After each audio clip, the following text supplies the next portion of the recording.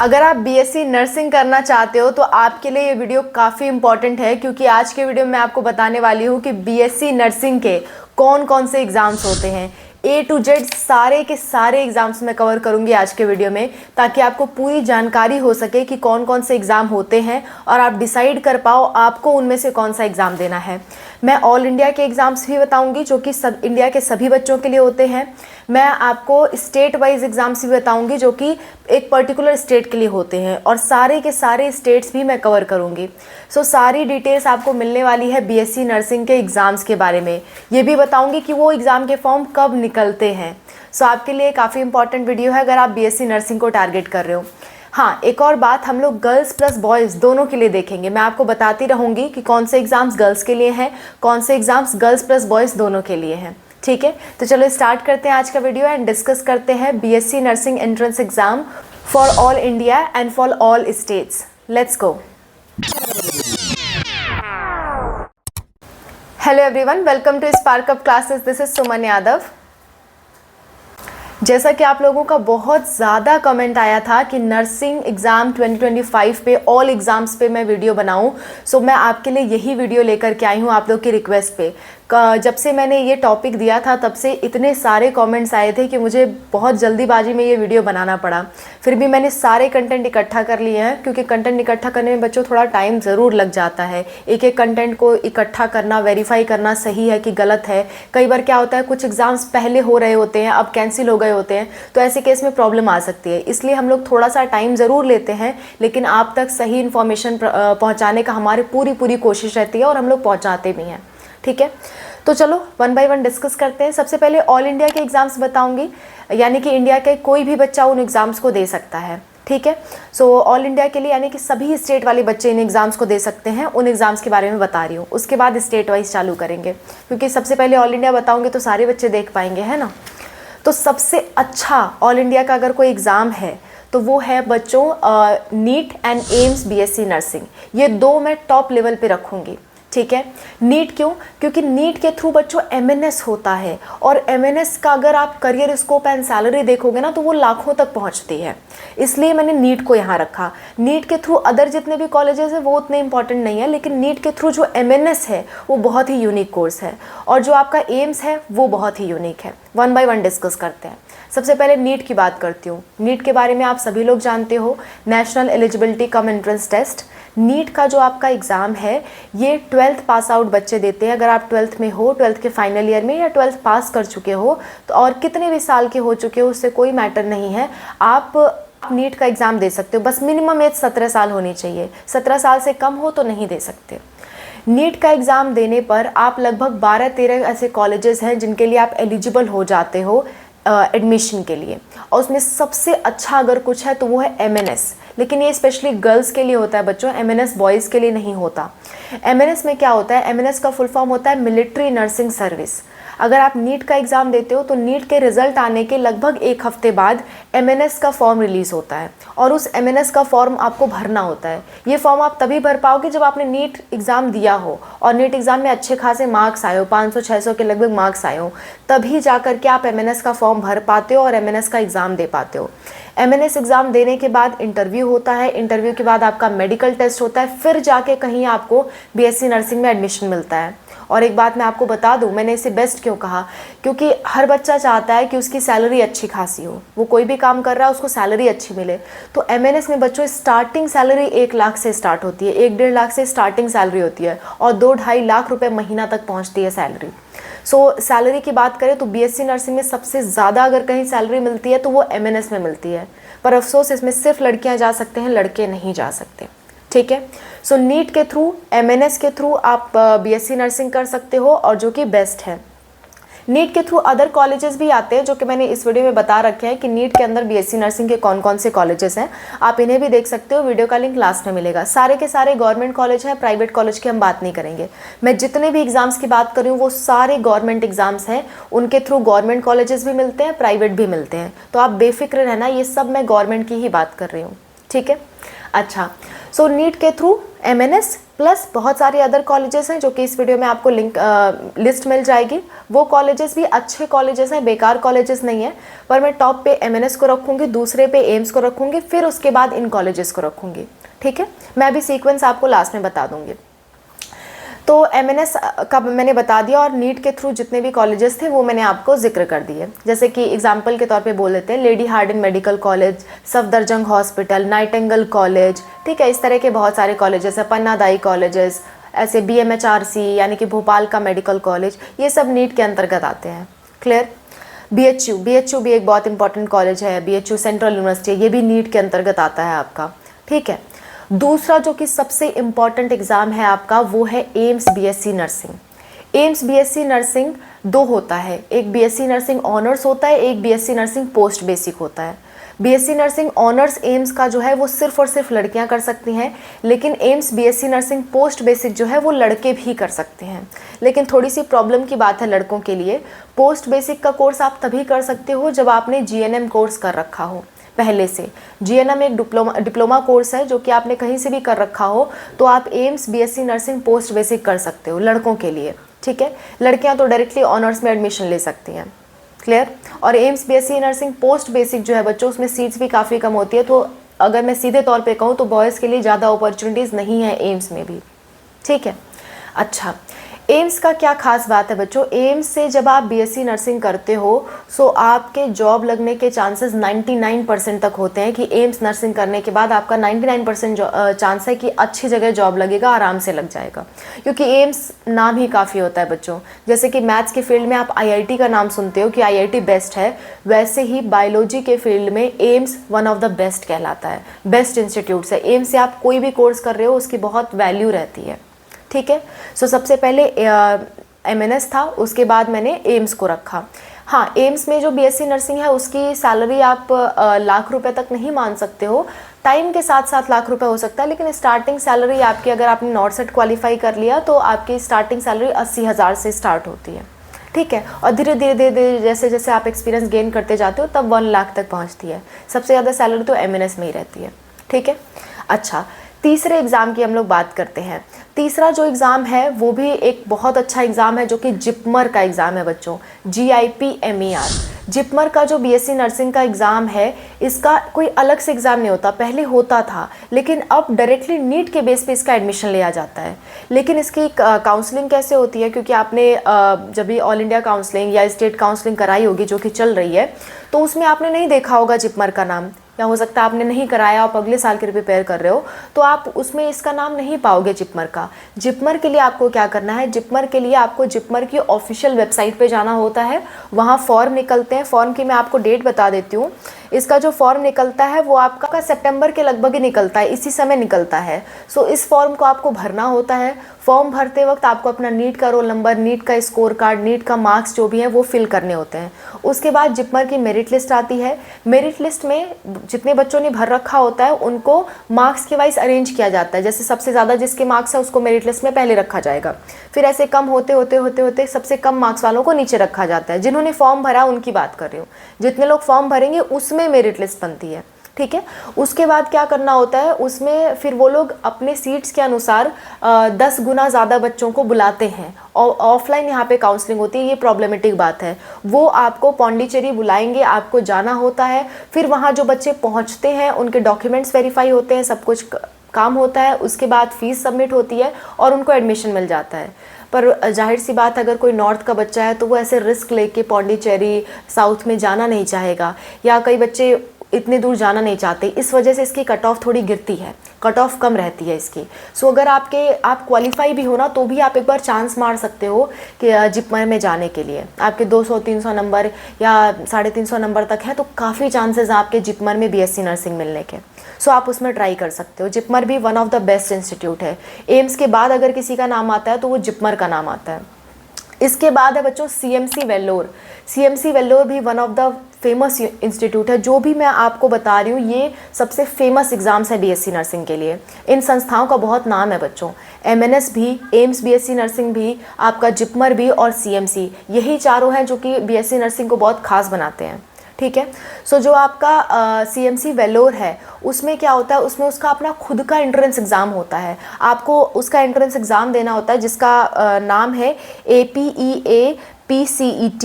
ये CMC वेलोर का exam का नाम है और इसमें सिर्फ और सिर्फ गर्ल्स ही जा सकती हैं और अनमैरिड गर्ल्स जा सकती हैं, यानी जिनकी शादियां नहीं हुई हैं सिर्फ वही इस कॉलेज में पढ़ सकती हैं। ठीक है। हाँ, कोर्स के दौरान आपने शादी कर ली वो दूसरी बात है, लेकिन एडमिशन तभी मिलेगा जब आप अनमैरिड गर्ल हो। ठीक है। और इसमें भी आपको एग्ज़ाम देना पड़ता है, बिना एग्ज़ाम के एडमिशन नहीं होगा। सो ये जो 4 एग्ज़ाम मैंने बताए टॉप लेवल के एग्ज़ाम है बच्चों, इनसे बेस्ट एग्ज़ाम BSc नर्सिंग का कोई नहीं है और इन्हें ऑल इंडिया के बच्चे दे सकते हैं। प्रॉब्लम सिर्फ इतनी है कि ज़्यादातर ये गर्ल्स के लिए है। ठीक है। अब हम बात करते हैं एक और बहुत फेमस एग्ज़ाम की, जो कि है CUET UG। इसका महत्व बहुत ज़्यादा नहीं है, जैसे कि इसका नाम बहुत ज़्यादा नहीं है, मतलब CUET के बारे में आप जानते हो लेकिन ये बहुत रेपुटेटेड चीज़ नहीं है। जैसे IIT एक संस्था, IIT बहुत फेमस है, बीटेक भी फेमस है, बीटेक का आपने नाम सुना है, लेकिन बीटेक अगर नॉर्मल कहीं से भी कर रहे हो तो उतनी ज़्यादा महत्वता नहीं रखता जितना IIT से बीटेक करना महत्वता रखता है। सिमिलरली CUET से भी BSc नर्सिंग आप कर सकते हो, लेकिन उसका इतना महत्व नहीं है जितना आप एम्स या फिर MNS कर रहे हो या जिपमर से कर रहे हो या CMC से कर रहे हो, इनकी जितनी महत्व है इनसे ज़्यादा महत्व किसी की भी नहीं है, जो अभी मैं नीचे बताने वाली हूँ। सो सबसे पहले अगर आपको टारगेट करना है तो इन चारों एग्ज़ाम को टारगेट करना, आप अपने अनुसार चूज़ कर लेना इन चारों में से कौन सा आपको देना चाहिए। अगर आप नॉर्थ के बच्चे हो और लड़कियाँ हो तो मैं कहूँगी नीट MNS में ज़रूर ट्राई करो, अगर आपकी फ़िज़िकल फिटनेस सब कुछ सही है तो। दूसरा मैं कहूँगी एम्स BSc नर्सिंग में सभी लोग ट्राई करें। ठीक है, ये दोनों आपके लिए बहुत अच्छे होंगे। बाकी के जो दोनों हैं वो साउथ में कॉलेजेस पढ़ते हैं, तो हो सकता है कोई बच्चे कंफर्टेबल ना हो साउथ में जाने के लिए, लेकिन ये दोनों तो सभी को देना चाहिए, एम्स नर्सिंग और नीट का एग्ज़ाम फॉर MNS। ठीक है। अच्छा, CUET का एग्ज़ाम अपने सिक्योरिटी के दे सकते हो। ये एक सस्ता सा एग्ज़ाम है, मतलब इसमें बहुत टफ सिलेबस नहीं आता। सबसे इजी अगर किसी का सिलेबस है तो वो CUET के एग्ज़ाम का सिलेबस है। CUET के एग्ज़ाम में सिर्फ 12th का सिलेबस आता है और वो भी फिजिक्स केमिस्ट्री बायोलॉजी। सिर्फ फिजिक्स केमिस्ट्री बायोलॉजी 12th का पढ़ के आप BSc नर्सिंग में जा सकते हो। लेकिन प्रॉब्लम की बात यहाँ पे ये है कि सस्ता सा एग्ज़ाम है, आसान है, तो जाहिर सी बात है फ़ीस ज़्यादा होगी यहाँ पे। सो यहाँ पे BSc नर्सिंग के मैक्सिमम जो कॉलेज हैं वो प्राइवेट कॉलेजेस हैं CUET के अंतर्गत। मैंने इस कॉलेज में लिस्ट बता दी है कौन कौन से कॉलेज आते हैं CUET के अंतर्गत फॉर BSc नर्सिंग। इसमें प्राइवेट कॉलेजेस हैं और ज़्यादातर की फ़ीस आपकी 80,000 1 लाख तक सालाना होती है। सो आप देख सकते हो अपने हिसाब से, आप कंफर्टेबल हो तो आप इसमें जा सकते हो। ये भी ऑल इंडिया के बच्चों के लिए है, इंडिया का कोई भी बच्चा इसके लिए अप्लाई कर सकता है। ठीक है, आसान एग्ज़ाम है, सबसे ईजीएस्ट एग्ज़ाम मैं इसी को कहूँगी, पर दे सकते हैं ऑल इंडिया के बच्चे। ठीक है, आप कहीं से भी बिलोंग कर सकते हो, बिलोंग कर रहे हो, दे सकते हो। अब जो मैं आपको एग्ज़ाम बताने वाली हूँ वो एग्ज़ाम जो है वो स्पेशली स्टेट के लिए है। इतने सारे जो एग्ज़ाम मैंने अभी तक बताए वो ऑल इंडिया के बच्चों के लिए थे, उसमें कहीं कोई भेदभाव नहीं था कि यूपी के बच्चों को प्रायोरिटी मिलेगी, राजस्थान को प्रायोरिटी मिलेगी, ऐसा कहीं कुछ नहीं था। लेकिन यहाँ के बाद से अब जो मैं आपको एग्ज़ाम बताऊँगी वो स्टेट वाइज एग्ज़ाम्स है बच्चों, हर एक स्टेट का एग्ज़ाम है। पर इनमें से भी कुछ ऐसे एग्ज़ाम हैं जिसे ऑल इंडिया के बच्चे दे सकते हैं, पर ज़्यादातर सीट्स उस स्टेट के बच्चों के लिए रिजर्व रहेगी। एग्जाम्पल के तौर पर RUHS BSc नर्सिंग का जो एग्ज़ाम है वो राजस्थान के बच्चों के लिए स्पेशली होता है, पर भर सकते हैं ऑल इंडिया के बच्चे। ऑल इंडिया के बच्चों को भी गवर्नमेंट कॉलेज मिलेगा, लेकिन सीट्स बहुत कम रहती हैं बाकी बच्चों के लिए। जैसे मान लो टोटल 100 सीट्स है तो 80 सीट्स राजस्थान के बच्चों के लिए रहेंगी, 20 सीट्स बाहर के बच्चों के लिए रहेंगी। ऐसा कुछ होता है आपके RUHS में। और RUHS का जो फॉर्म है वो आपका लगभग जून में आ जाता है। ठीक है, और ये स्पेशली राजस्थान के बच्चों के लिए है। अब बात करते हैं हम PGI-MER चंडीगढ़ की। ये भी एक ऐसा एग्ज़ाम है जो कि आपका पंजाब के बच्चों के लिए स्पेशली होता है। इसमें ज़्यादातर सीट्स चंडीगढ़ के बच्चे, पंजाब के बच्चों के लिए रिजर्व रहती हैं, पर कुछ सीट्स पे, गवर्नमेंट सीट्स पे ही बाहर के बच्चे भी अप्लाई कर सकते हैं। मतलब आप एग्ज़ाम दे सकते हो PGI-MER का, पर कुछ ही सीट्स के लिए आप एलिजिबल रहोगे अगर आप पंजाब के बाहर के हो। ठीक है, कहने को लिए ये दोनों भी ऑल इंडिया के एग्ज़ाम्स हैं, लेकिन सीट्स का फ़र्क है।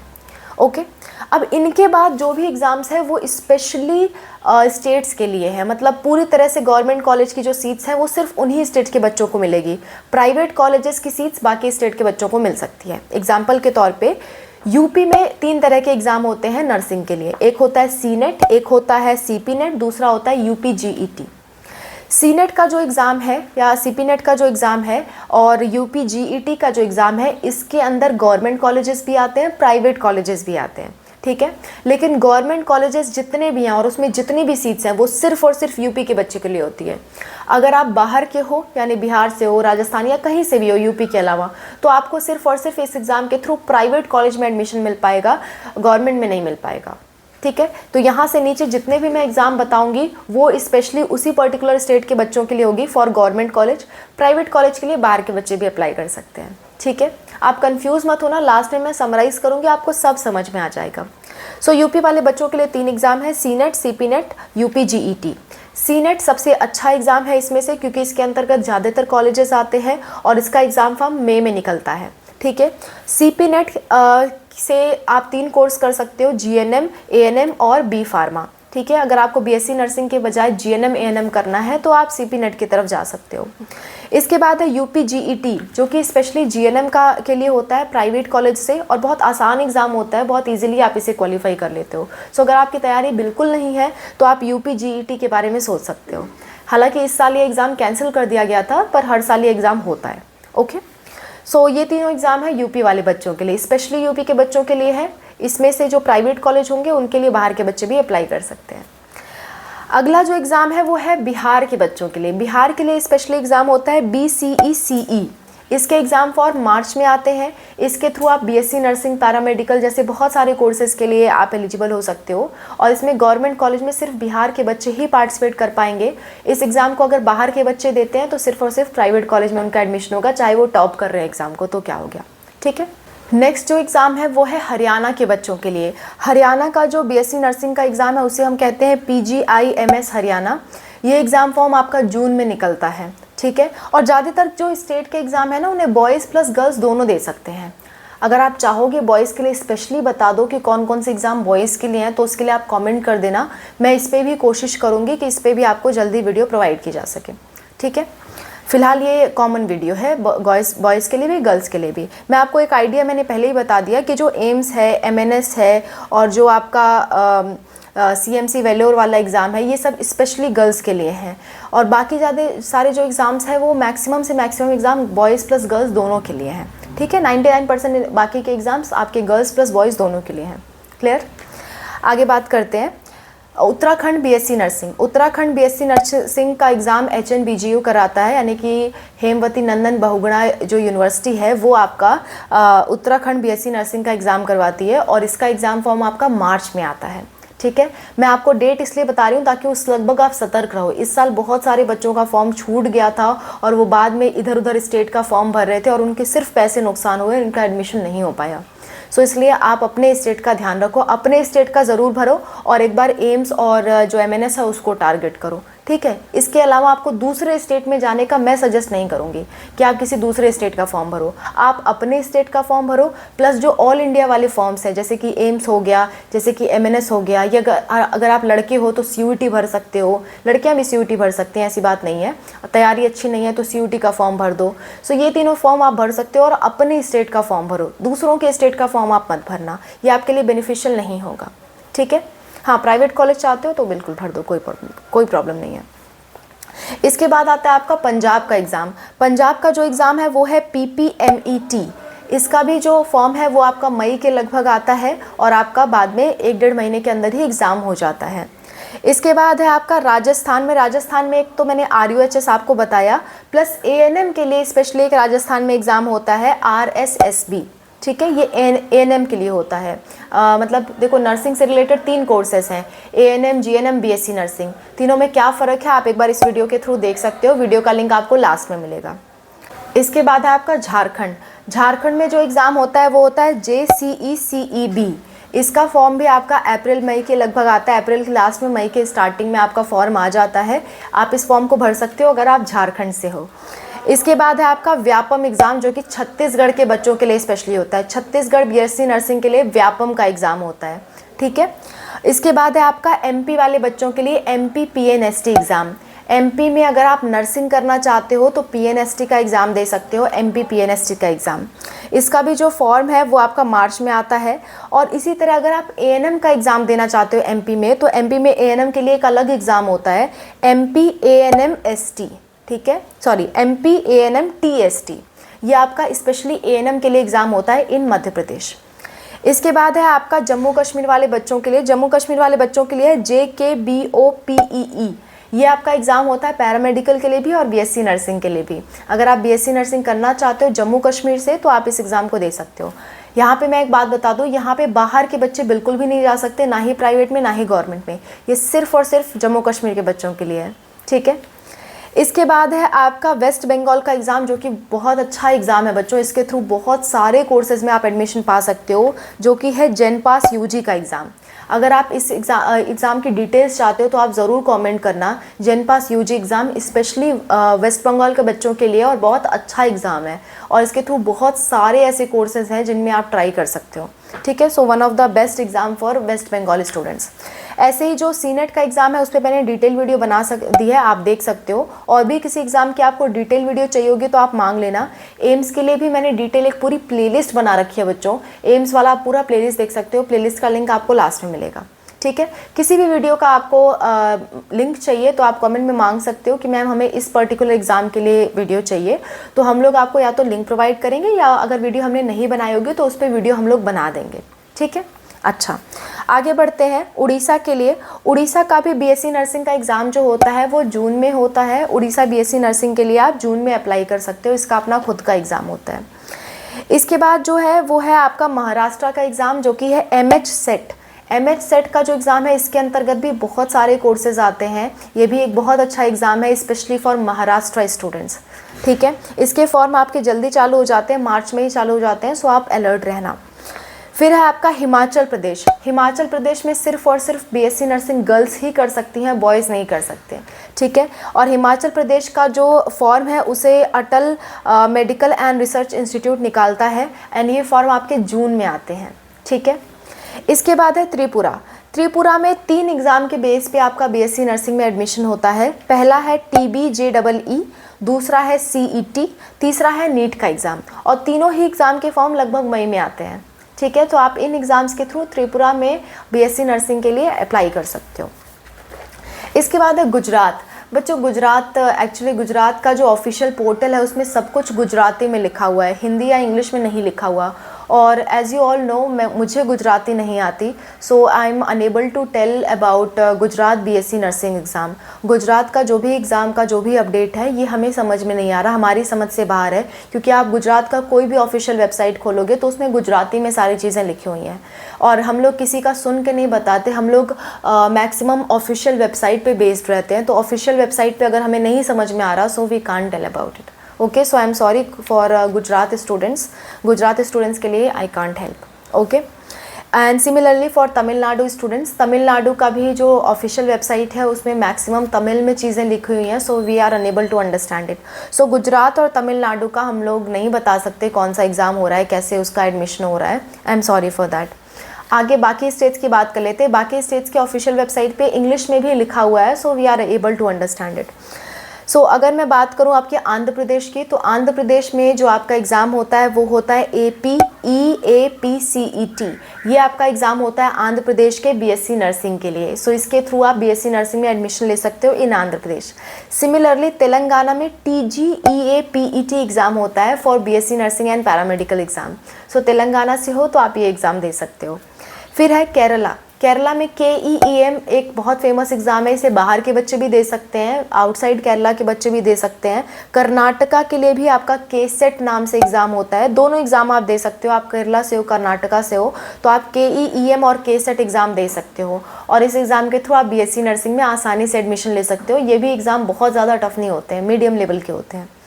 इसके बाद है आपका नॉर्थ ईस्ट के बच्चे। नॉर्थ ईस्ट के जो बच्चे हैं वो आपके उनका एक बहुत फेमस इंस्टीट्यूट है वहाँ पे, जो कि है निग्रिम्स। निग्रिम्स बहुत ही शानदार हॉस्पिटल है, मैं खुद वहाँ पे गई हुई हूँ। एंड आपको पता होगा हमारे पूर्व राष्ट्रपति जो APJ अब्दुल कलाम थे, उनकी डेथ भी निग्रिम्स में हुई थी, एंड पूरी फैसिलिटीज़ वहाँ प्रोवाइड की गई थी, बट स्टिल ही एक्सपायर्ड। सो निग्रिम्स एक बहुत ही फेमस हॉस्पिटल है बच्चों, वहाँ से आप बीएससी नर्सिंग कर सकते हो। बहुत ही साफ़ सुथरा हॉस्पिटल है एंड बहुत वाइड एरिया में फैला हुआ हॉस्पिटल है। सो निग्रिम्स जो है वो नॉर्थ ईस्ट वाले बच्चों के लिए बेस्ट है, एंड ये शिलोंग में पड़ता है, मेघालय के शिलोंग में पड़ता है, और इसमें इसका जो फॉर्म है बीएससी नर्सिंग का वो मार्च अप्रैल के लगभग आता है, ठीक है। सो नॉर्थ ईस्ट वाले बच्चों के लिए ये बेस्ट है। बाकी अदर एग्ज़ाम्स भी होते हैं बट बहुत ज़्यादा मतलब उस पर ट्रस्ट मैं नहीं दिखाऊंगी। जो सबसे अच्छे एग्ज़ाम्स हैं वो मैं आपको बता रही हूँ, ठीक है। इसके बाद गोवा में नीट बेस्ड एडमिशन होता है। नीट के मार्क्स के बेस पे आपको फॉर्म भरना होता है। जैसे जिपमर मैंने बताया था ना कि आप जिपमर अपना फॉर्म निकालता है, आपको नीट का स्कोर अपना डालना होता है, सब कुछ करना होता है, फिर कॉलेज पे जाके एडमिशन लेना होता है। सेम टू सेम गोवा में भी प्रोसेस है। नीट के बेस पे आपको फॉर्म भरना होता है। फॉर्म भरने के बाद गोवा के इंस्टीट्यूट में जाके आपको एडमिशन लेना होता है, ठीक है। ऑफलाइन एडमिशन होता है। इसके बाद है आपका दिल्ली। दिल्ली को तो हम कैसे भूल गए, दिल्ली तो सेंट्रल में है। दिल्ली की बात कर लेते हैं। दिल्ली में टोटल 3 एग्ज़ाम्स के थ्रू बीएससी नर्सिंग में एडमिशन होता है, जिसमें सबसे बेस्ट है आपका नीट एग्ज़ाम। बच्चों, नीट एग्ज़ाम के थ्रू दिल्ली में बहुत ज़्यादा अपॉर्चुनिटीज़ है, स्पेशली गर्ल्स के लिए। नीट एग्ज़ाम के थ्रू अगर आप दिल्ली से हो तो आप नीट के थ्रू एडमिशन लेने का ट्राई करो। नीट के थ्रू आपको चांसेस ज़्यादा मिलेंगे दिल्ली के बच्चों को। दूसरा एग्ज़ाम आपका IPU सेट है, इंद्रप्रस्थ यूनिवर्सिटी का, जो अपना खुद का एंट्रेंस एग्जाम होता है बीएससी नर्सिंग के लिए, वो भी आप दे सकते हो। प्लस CUET के थ्रू भी दिल्ली में बहुत सारे कॉलेजेस हैं जिनमें आप अप्लाई कर सकते हो। ये 3 आपको दिल्ली के लिए बेस्ट रहेंगे, ठीक है। सो मैंने सारे स्टेट कवर कर दिए, मैंने कोई भी स्टेट बाकी नहीं रखा है। जितने भी स्टेट हैं इंडिया में मैंने सब कुछ कवर कर दिया। इसके अलावा भी आपका कोई डाउट रहता है तो आप ज़रूर हमें बताना। बच्चों, एक और बात मैं आपसे कह देती हूँ, सिमिलरली अगर आप पैरामेडिकल एंट्रेंस एग्जाम पे वीडियो चाहते हो कि ऑल इंडिया के पैरामेडिकल एंट्रेंस एग्जाम पे मैम वीडियो बना दो, ताकि आपका पैरामेडिकल अगर आप करना चाहते हो तो वो छूटे ना, ठीक है, तो उसके लिए आप कमेंट कर देना। और कई बच्चों को ये भी नहीं पता होता कि पैरामेडिकल आखिर है क्या, ये कैसा एग्ज़ाम है, क्या होता है पैरामेडिकल। सो पैरामेडिकल क्या होता है, अगर आप इस पर वीडियो चाहते हो तो भी आप कमेंट करना, हम लोग उस पर भी वीडियो बना देंगे। एक और बात, बच्चों इस समय काउंसलिंग करवा रहे हैं, नीट UG की काउंसलिंग, तो उन्हें बहुत सारे सर्टिफिकेट्स की ज़रूरत पड़ रही है।